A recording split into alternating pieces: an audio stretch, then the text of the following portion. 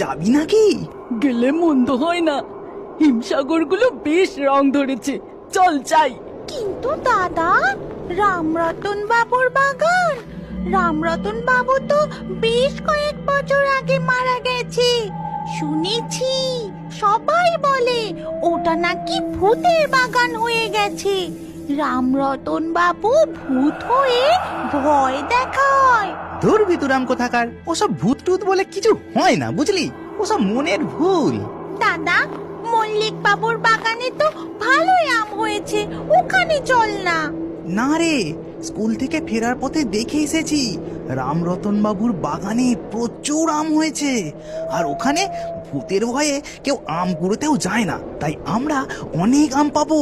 এই বলে তিন ভাই বোন মিলে চলে গেল রামবাবুর বাগানে আম কুড়োতে। তখন প্রায় সন্ধে হব হব। কালো মেঘে চারিদিক খুটখুটে অন্ধকার, ঝড়ের শনশন শব্দে বাতাস এলোমেলো। এখনই যেন পৃথিবী লণ্ডভণ্ড হয়ে যাবে। চারিদিকে শুধু গাছ পড়ে যাওয়ার মর্মর শব্দ। ওই দেখ বান্টি, রামরতন বাবুর বাগানে ওই মস্ত চাটুর্যে আম গাছটার তলায় কত আম পড়ে আছে রে। চল চল ওখানে যাই। এ তো দেখছি আমের পাহাড় হয়ে গেছে রে, এত আম।